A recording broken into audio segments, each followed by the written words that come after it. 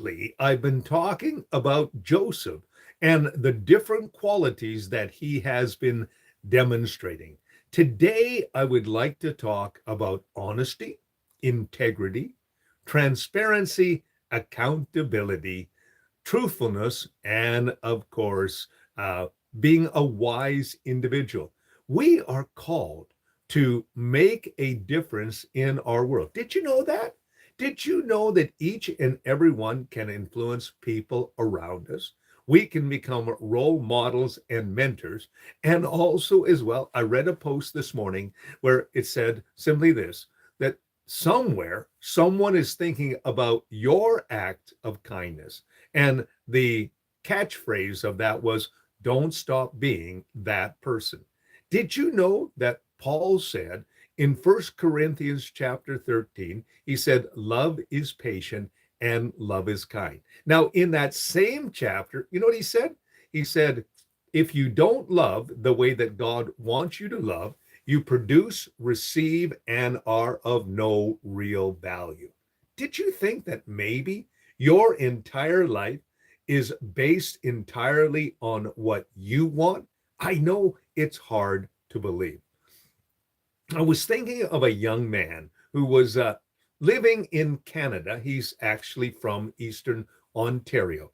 And he was about 7 or 8 years old.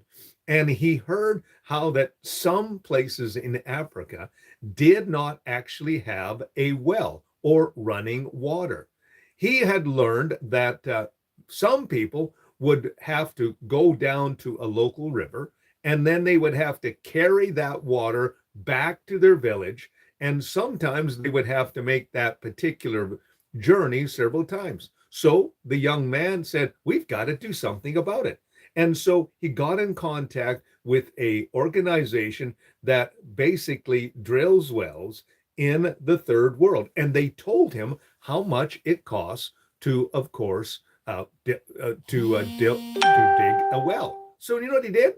He went out and he began to fundraise in his way, an 8 year old child. He had lemonade stands and he'd cut, local lawns and things like that.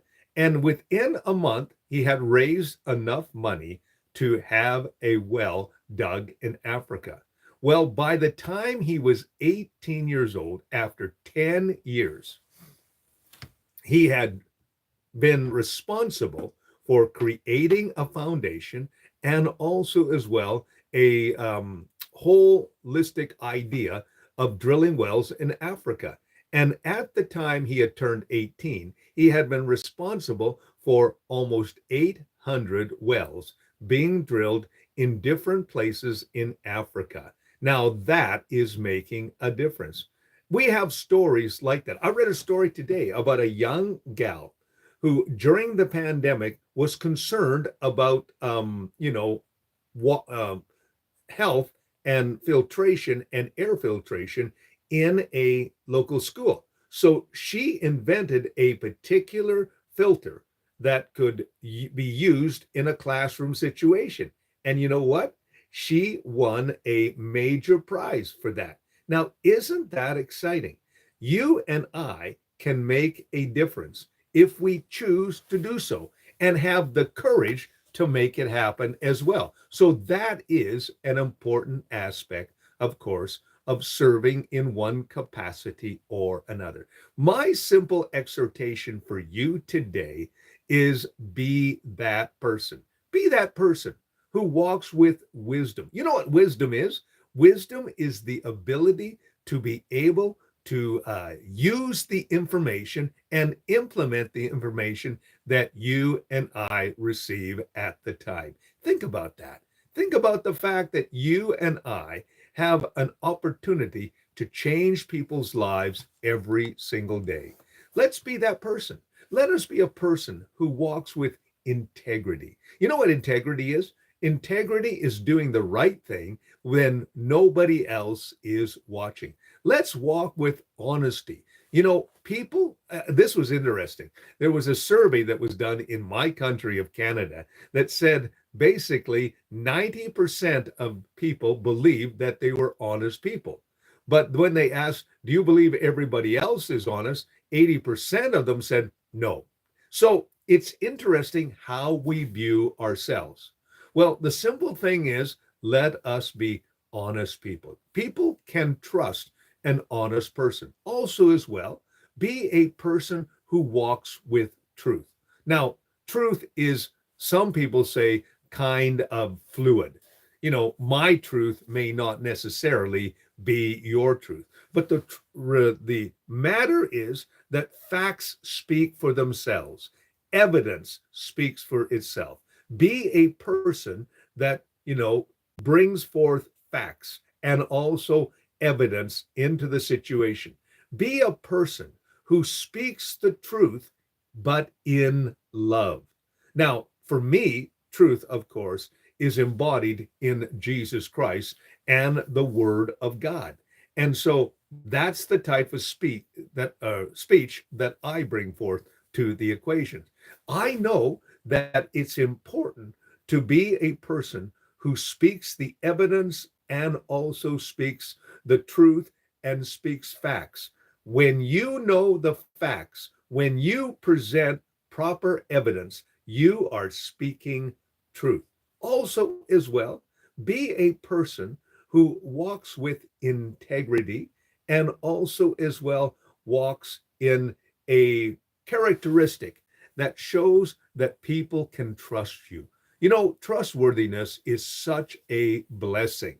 When people know that they can trust you, they're going to gravitate to you. They're going to go away from you if you aren't a person who trusts. Now, this is an important thought, too. It's not how you start, it's how you finish. In the last couple of days, my wife and I have been working on a playground set for our area. We have some children who live right beside us, but we also have three younger grandchildren. So my wife went out and she bought one of these, assembled type of playground set from a company on the internet. And we opened the box. It was a big box. And we opened the box and we started putting this playground set together. Well, in total, right now, I've spent about 12 hours. Now, I finished the tower part of it. And I also, as well, put the slide in so it can be used. But it was a moment by moment, step by step project. And I know that I still have a little bit to do, but there was a couple parts that were missing from this playground set. So my wife has to contact the internet company and basically get the parts from them. But it's interesting that it was through diligence and hard work that we got as far as we got. And I mean, here I was looking at the instructions, and there was a couple of times where I really didn't get everything right, and I had to redo a couple of things. And then I also had to modify a couple of things. Now, I went to the local hardware store yesterday to talking with the local hardware guy, and I said, could we use these particular L brackets to make this happen?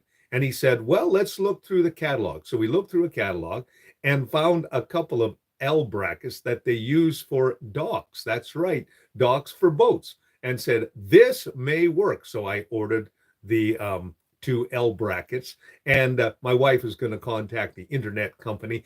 Either way, we're going to be able to get the swing arm, the part of the playground set where the kids can swing on like that. So we've got some work ahead of us, but it's important to remember that everything that we do is consistency. It was Zig Ziglar who said, listen, it's time for you to put into your mindset about what kind of person you're going to become.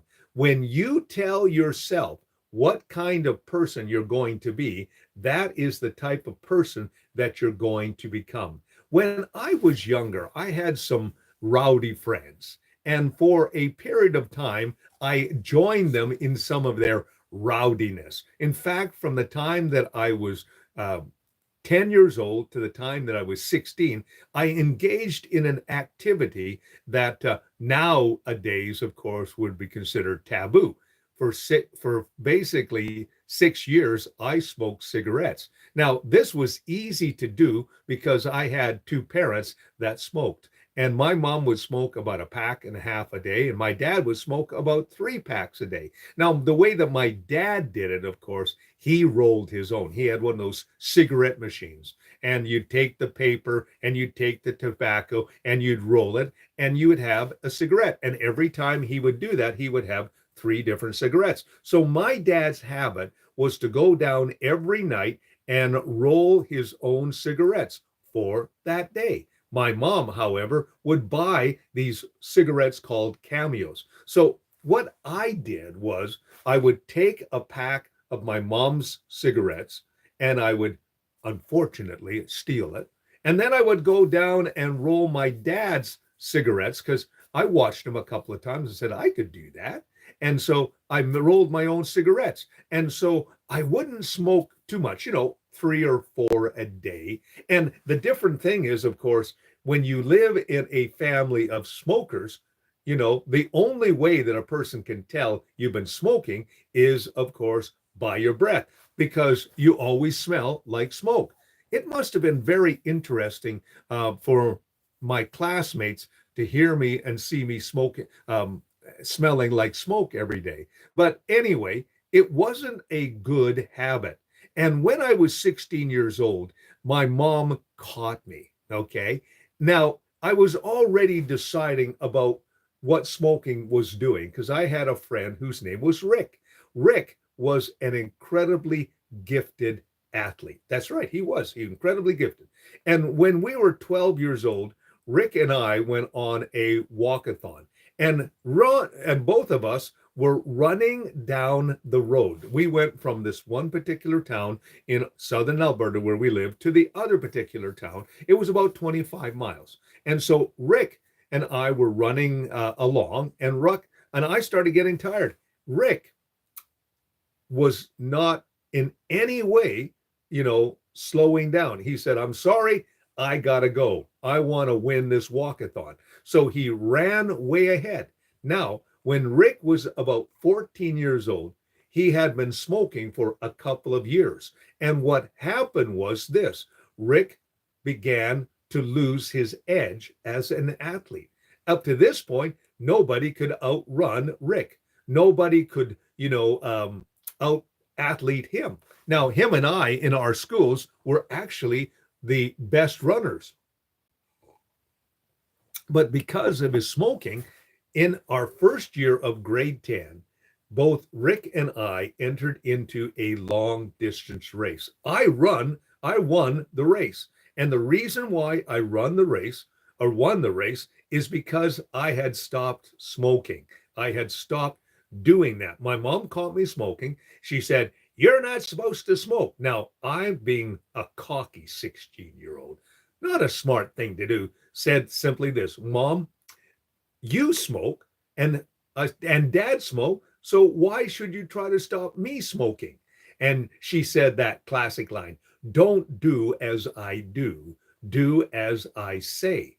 It was in that moment that all of a sudden I realized that this habit was actually hindering me and keeping me from becoming the athlete and the individual that I wanted to be. It was in that moment that I made the decision that I was going to give up this particular habit. Now, for my dad, the way that he gave up this particular habit is the doctor found some cancer in him. And he said, "Mr. Steele, you've got to stop smoking." And my dad did stop smoking because he was concerned about his health. He was in his 60s when that happened, and he lived to be till he was 92. So the simple fact is that my dad, well, it was a medical scare that basically made him stop smoking. My mom, she stopped smoking in her 50s because the simple fact is that she didn't have the same energy. And she told me, she says, I want to keep having energy. My mom is 95 years old, and she is absolutely hilarious. At the end of April, I had the privilege of taking her to an appointment, a doctor's appointment. My brother and I, we take turns taking her to her doctor's appointment.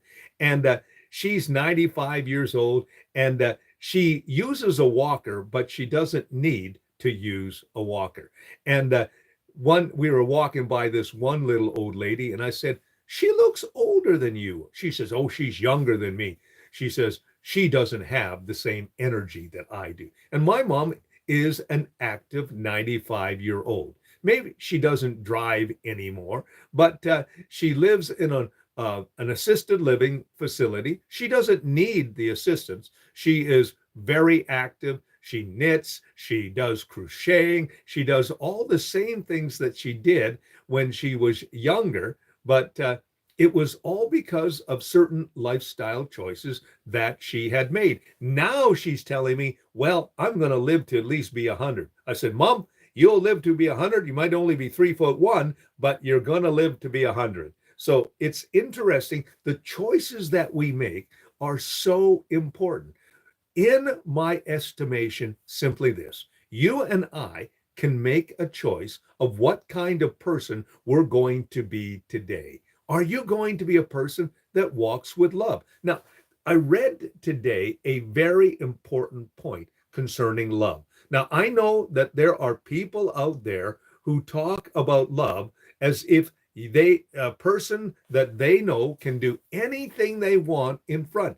In fact, there are religious leaders who I saw one yesterday on the TV set, and there he was. He had this scarf around him with all the rainbow flags. And basically, in that estimation, that person believes that, love means that I can accept any type of lifestyle that I want, and that people can impose on me their type of lifestyle. That's not what it means. Love, unconditional love, does not put up with bad behavior and bad talking. Love says, wait a minute, I care too much about you to leave you the same way you are. I am going to try and help you. And people say, well, that's judging. No, it's not.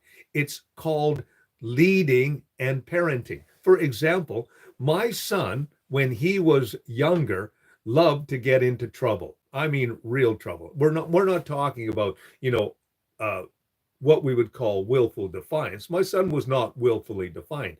He was impulsive. And so, for example, there were times that he would reach towards a hot stove. My wife and I did not hesitate to, of course, be firm in our correction.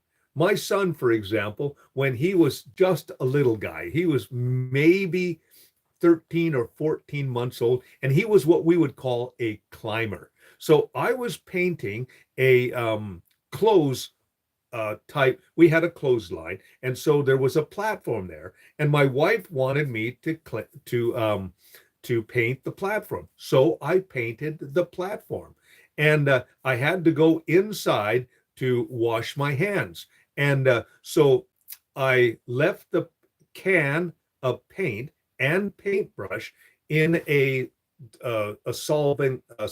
Okay, it was oil-based paint, so I put it in a solvent to basically clean the brush. I built a little what I thought barrier was going to keep my son, because he was playing in the backyard, and I thought, well, I can leave him for 2 or 3 minutes. So I go inside, and then I come outside, and there is Robbie. He's climbed the barrier, and he's got the paintbrush in his mouth.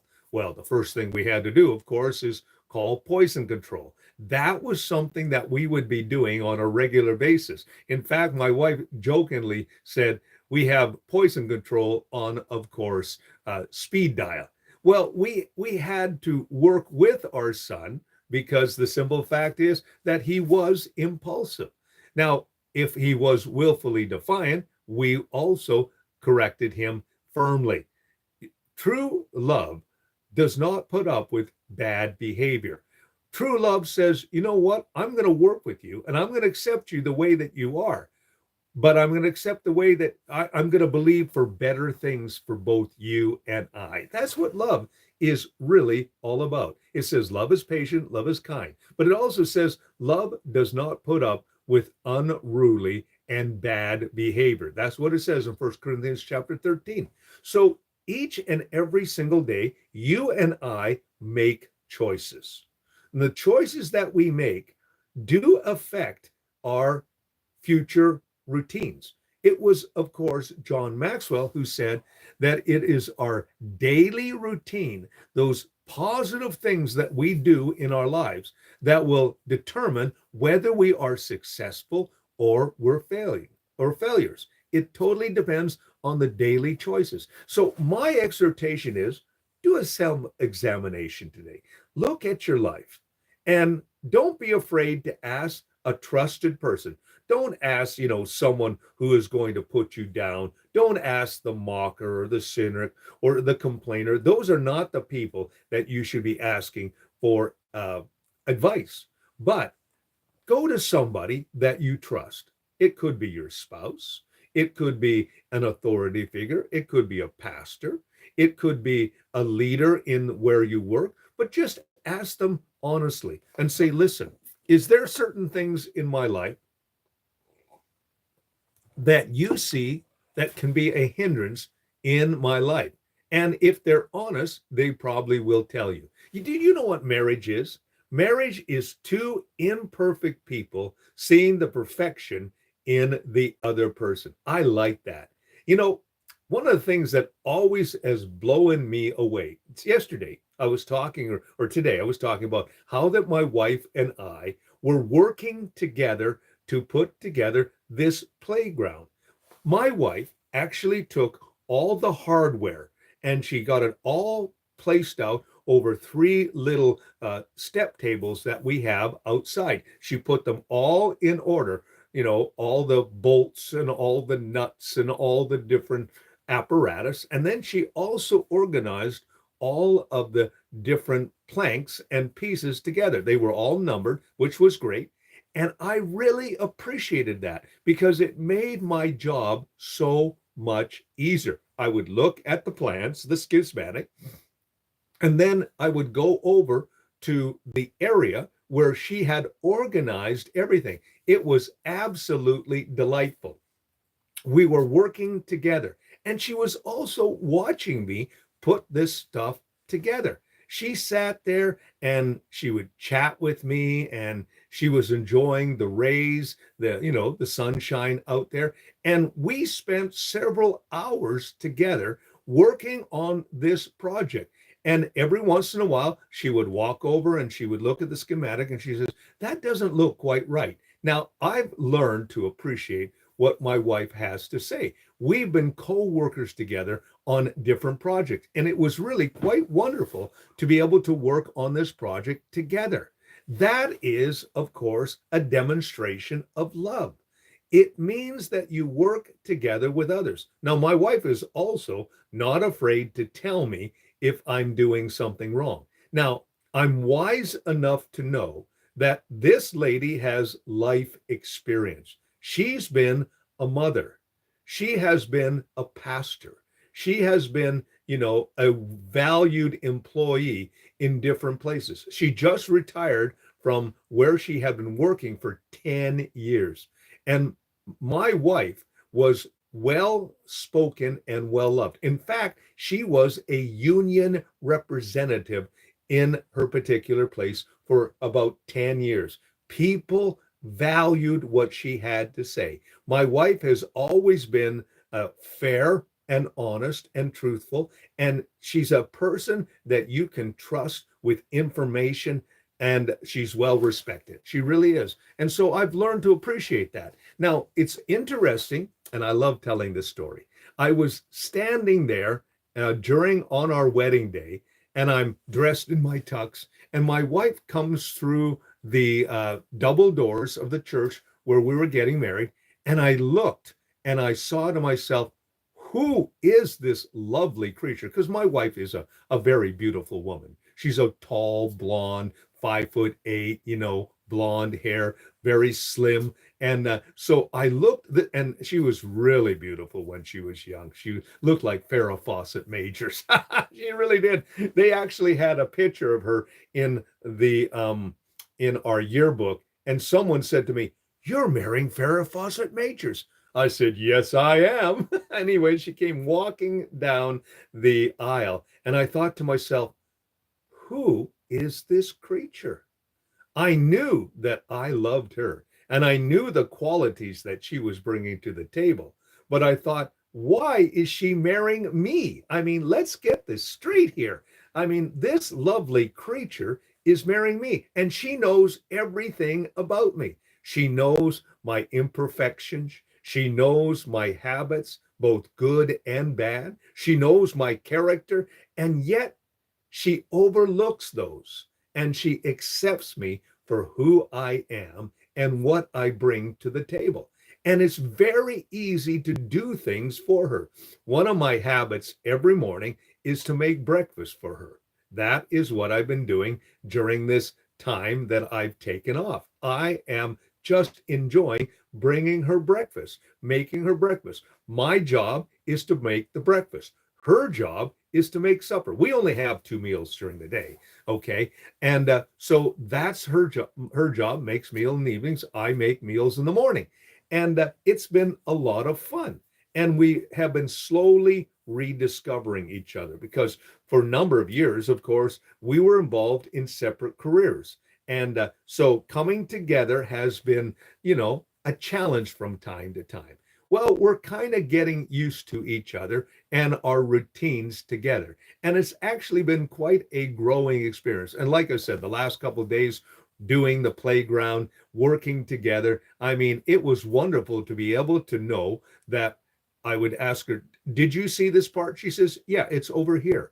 And then I would, because when you're in focused on a project, you kind of go blind. And the reason I'm saying that is because you're so busy thinking about, okay, I got to put this particular piece to this particular place, and I got to make this work, and I got to look at this schismatic and these instructions and follow these instructions, because if you don't follow instructions, you're going to end up modifying. You're going to have to recreate. You're going to have to go back at it. So it's been wonderful to have someone say to you, "It's over here, this part here." I say, "Can you come and help me on this part?" There have been times where I need two people to do that.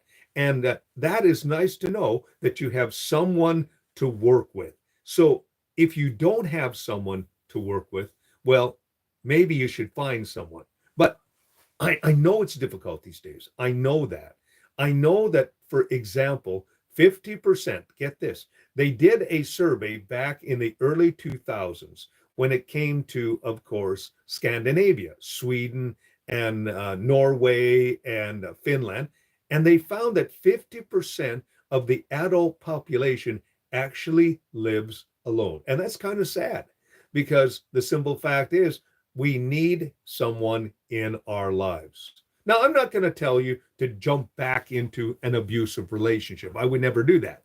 But find somebody of quality. Find somebody of, top tier. In fact, I was reading today that a top tier man, for example, is a man who listens, a man who tries to understand, a man who tries to help others, a man who serves and protects. It almost sounds like a policeman, doesn't it? But the simple fact is, you and I can decide what kind of people we are. This is something to remember as well. When something bad happens to you, you have a choice. You can decide that this thing is going to frame your view forever, or you can choose to let it go. Remember that song from the movie called Frozen? I remember my granddaughter, Gabriella, when she was about 5 or 6 years old, they had a karaoke machine, and she knew how to read. And she also knew the words of the song, "Let It Go, Let It Go." So in my mindset, even right now, I can see her standing there singing that song, "Let It Go, Let It Go." And that's really sometimes what we need to do. Sometimes we just need to let it go. Sometimes we need to say, okay, there's nothing that I can do this. And remember, there are some people that no matter what you say, they're going to turn it around. So those are not the type of people that you want in your life for a long-term situation. And it's important to also practice something called forgiveness. Now, I've alluded to this from time to time, but you see, the reason why you forgive is not for their benefit, but for your benefit. When you release people, when you choose to forgive, you know what you're doing? You are finding peace for yourself. Also, as well, you're not allowing the situation to make you a victim. Instead, you're choosing to be a victor. You're not allowing yourself to be conquered. You are becoming more than a conqueror. You are not being overcome by the situation. You are becoming, of course, an overcomer. And you're not being defeated by the situation by making the right decision, by forgiving, by choosing to be better than bitter. You are actually becoming the undefeated. That is so important these days. And so you and I, by our daily choices, and I want to tell you, if you interact with people on a regular basis, you're not a hermit. You're not one of these off the grid people. You're not a nomad. You are simply a person who lives in the real world with real people. And usually, the people that hurt you the most are the people that you respect and the people that you consider friends and the people that you consider part of your inner circle. Those are the people who can hurt you the most. Now, that doesn't mean that every time you get hurt, you withdraw or you lash out. What you do is you choose to forgive. You choose to say, no matter what you do to me, I'm not going to do the same to you. I am going to treat you the way that I would be treated. And I want to tell you something. When you do that, that is called sowing and reaping. So whatever you sow, that is what you're going to reap. So if you sow, for example, to unforgiveness and hurt and bitterness, that is the lens of life that you are going to be coming at with every interaction with people. You're going to look at people as the possibility of being hurt. But when you forgive, you're going to look for the best in people. My wife and I have operated both professionally and also as well in our private interactions. We simply say this: we know that everyone is, of course, has the possibility of hurting us, but we're not going to believe for the worst. We're going to believe for the best, but we're not going to be we're going to realize that people can hurt us, but we also realize our reaction is absolutely essential in this whole endeavor. So that's my simple advice for you today. Now, what I'd like to do right now is pray for you. Father, I've been talking about personal interaction. I know that there is a possibility that walking through life, we can be hurt. And the decisions that we make are so important. The decision, for example, of forgiving instead of holding on to the unforgiveness. Now, Lord, in our minds, we may feel that we have a case. But Lord, we have to realize that when we hold on to unforgiveness and bitterness, it can literally ruin us, and we don't want that. So right now, we're choosing to forgive. Now, maybe right now, if you're watching this video, someone's face has come to you, and all the emotions have all of a sudden become raw. Because when you walk in unforgiveness, whenever you see that person, whenever you think about that person, the emotions immediately rise. And you have to make a decision. And that decision is, I am, even though you may have forgiven them, you may have to say, I forgive them. I'm releasing it right now. And the reason I'm releasing it right now is I do not want that person to have power over me. So do that. Lord, I just release them right now. And I'm not going to hold on to that. And also, as well, today, I am choosing to be the person that I want to be. You know, it was Zig Ziglar who said this. He said, what you feed your mind is what you become. And basically, the Bible says that is. Paul said this. He said, forgetting those things which are behind, I press on to those things which are ahead. Paul had a positive view. He recognized that there was nothing that he could do to change the past. We all have 2020 vision back. We never have 2020 vision forward. But today, we are choosing right now and this moment at the beginning of this day to be a better person, to be a more positive person, to be a more loving person, to be a person of wisdom and integrity, transparency and accountability, to be a person that walks with honesty and truthfulness. These were things that we started off our talk about today.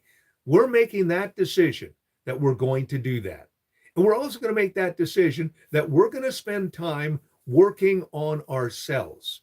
Now, many people don't want to do this because when they look at themselves, they see the imperfection. Lord, help us not to focus on the imperfect things. Let us not focus on our weaknesses because, Lord, when we do that, it makes us weak. Let us focus on the positive things. And let us also ask people today if there are areas of our lives that need improvement. And let us ask people who are people that can be trusted, people who would speak the truth in love. In that group called the Promise Keepers, one of the things that they made a promise was that they would have an accountability partner, someone who would have the ability to speak into their lives and tell them when they're wrong, tell them when they're acting foolishness, tell them when they're not being truthful, tell them when they're acting like, a cynic or a skeptic. It's very easy to be that way. I remember years ago, I had the privilege of working with a 75-year-old lady whose name was Mary. Now, Mary, when I first met her, and it was a 7-year relationship, I remember she had stopped coming to church. And I asked her, I said, Mary, why have you stopped coming to church? And she says, well, and then she related about 3 or 4 instances where she had been hurt in church. I said, Mary, you were a pastor. You were a preacher. You are a prayer warrior. And so I made the decision that I would include Mary along with 2 other wonderful ladies to be part of my prayer team. And these 2 other ladies, by their positivity, along with my positivity, we slowly turned Mary around. And her family especially appreciated that. Many times her family came to me and said, because of my decision to overlook, and it wasn't easy, but I saw something in Mary that was very important. She was a quality lady, but she had allowed the hurt and the unforgiveness to get a hold of her lives. She began to slowly bloom. And by the time that I left that particular community, I remember her coming to me and saying, Pastor, I am so glad that you took time with me. We met weekly in her home, and we would have prayer together because she couldn't get out. So we would go to her place, and I would bring the other 2 ladies with us, and we would pray together. And Mary was a powerful prayer lady, and she was also very insightful. And many, many times she would give us insight in our prayer time together. Sometimes I would pick her up and drive her to the church, and we would have prayer times in the church. Either way, it was a wonderful development. And she actually asked me to do her funeral when she passed away. Now, I was up north, so I was not able to do so. But I got this wonderful email from their family saying, thank you so very much for taking time with mom. We have seen her change in the last several years because of your decision to, of course, influence her. Now, I was great. It was not easy at first, but you see, myself and these two other ladies invested in her, and she became what she had been before. Now, that didn't mean that she didn't grump. It didn't mean that she complained. Didn't complain, because she did. And I remember one statement when I first met her. She said, well, I'm old, so I can be grumpy. And I remember my response is, yes, you are old, but you don't have to be grumpy. And she began to laugh. And when that statement just absolutely broke the ice, from that moment forward, we were good friends. It might only take one moment. One of my favorite shows that I've been watching lately is one with Tim Allen, and it's called Shifting Gears. And I love the subplot with that, because here is Tim Allen, a curmudgeon. He is, opinionated on so many things, and that's what they make fun of. Okay. And I love that about Bob Hope. Bob Hope, for example, was self-deprecating. He didn't take himself too seriously. In fact, it was Dan Betzer that says, take the things of God seriously, but don't take yourself too seriously. He's basically saying is be able to laugh at yourself. And I love this, what Tim Allen does. Tim Allen is able, through the plot of his particular programs, and he's done this with every one of his programs, whether it was, Home Improvement, the second one that he did, which I can't remember right now, and then, of course, Shifting Gears. Each one of these particular sitcoms they show this rough character evolving into, of course, a better person.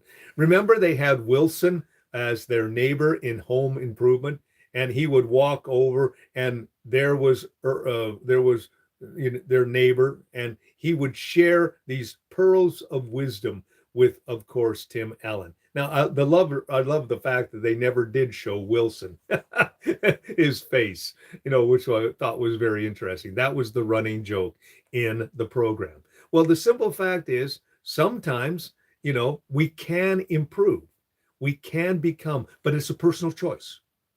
And it's a personal choice to overlook the faults of others when you see the potential. And I guarantee, like with Mary, she was prickly. And every once in a while, she would slip back into her character. I said, Mary, that's not you. And she'd look at me and she says, you're right. It's not me. I don't want to become that person again.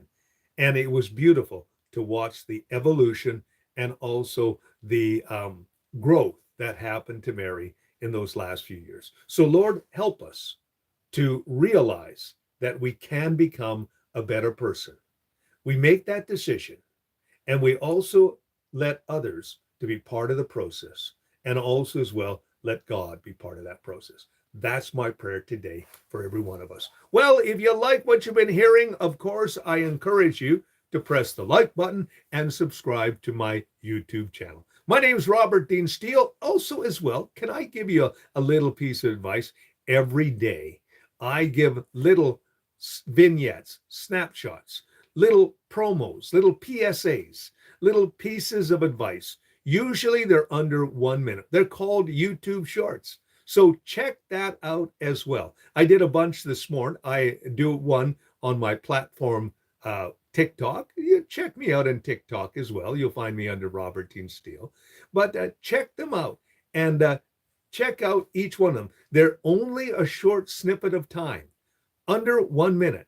But maybe these little pearls of wisdom. Now, I must admit, they're not pearls of myself. Many times I will take, different little things that I see on social media, but I want to improve your life. And so check those out. I have a pile of those. They're called YouTube Shorts. Check them out and subscribe to my YouTube channel. Have yourself a great and godly day. My name is Robert Dean Steele.